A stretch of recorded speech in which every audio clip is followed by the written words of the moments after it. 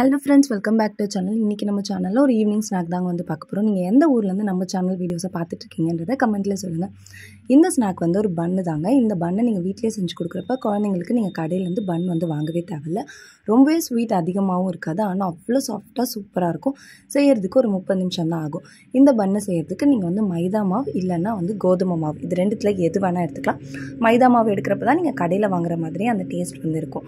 கோதுமை மாவு எடுத்திங்கன்னா கொஞ்சம் டேஸ்ட் வந்து டிஃபர் ஆகும். இப்போ நான் சொல்கிற மெஷர்மெண்ட்டை கரெக்டாக வந்து ஃபாலோ பண்ணிக்கோங்க. அப்போ தான் உங்களுக்கு இந்த பன் வந்து ரொம்பவே வந்து சாஃப்டாக வரும். எந்த கப்பால் நீங்கள் மைதா மாவு இல்லைன்னா கோதுமை மாவு வந்து அளக்குறீங்களோ அதே கப்பை தான் நீங்கள் கடைசி வரைக்கும் வந்து யூஸ் பண்ணிக்கணும். நான் இப்போ எடுத்துருக்கிறது வந்து மைதா மாவு. ஒரு கப் வந்து மைதா மாவு எடுத்துட்டிங்கன்னா 3 ஸ்பூன் வந்து அதுக்கு வந்து சர்க்கரை வந்து எடுத்துக்கோங்க. நீங்கள் சர்க்கரையை பவுட்ரு பண்ணியும் போட்டுக்கலாம், இல்லைன்னா அப்படியே வந்து போட்டுக்கலாம். அடுத்ததாக வந்து 1/4 கப் வந்து தயிர் வந்து புளிச்சிருக்கக்கூடாது, நார்மலான புளிப்பில் இருக்க தயிர் வந்து யூஸ் பண்ணிக்கோங்க. கொஞ்சம் கொஞ்சமாக தண்ணி வந்து விட்டு இதை வந்து நல்லா வந்து கலந்து விட்டுக்கப்புறம் இப்போ பாருங்கள், இது ரொம்ப வந்து லூஸாகவும் இல்லை, ரொம்ப கெட்டியாகவும் இல்லை. இந்த அளவுக்கு நீங்கள் எடுத்து போட்டிங்கன்னா விழுற அளவுக்கு வந்து இருந்துச்சுன்னா உங்களுடைய மாவு வந்து கரெக்டான பதத்தில் இருக்குதுன்னு அர்த்தம். இதை ஒரு 30 நிமிஷம் அப்படியே வந்து மூடி வச்சுருங்க. ஒரு 20 நிமிஷம் தாண்டினதுக்கப்புறமா நம்ம சர்க்கரை பாவை வந்து ரெடி பண்ணிக்கலாம்.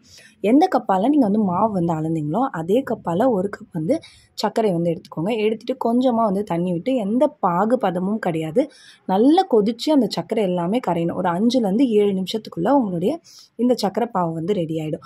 இது ரெடி ஆனதுக்கப்புறமா நம்மளுடைய மாவு ரெடி ஆகிட்டு இருக்கும் இல்லைங்களா, அதாவது 30 மினிட்ஸ் நம்ம வந்து ஊற வச்சுருக்கோம் இல்லைங்களா, அதை வந்து எடுத்துக்க போகிறோம். இப்போ 30 நிமிஷம் கழித்து இப்படி தான் இருக்கும்.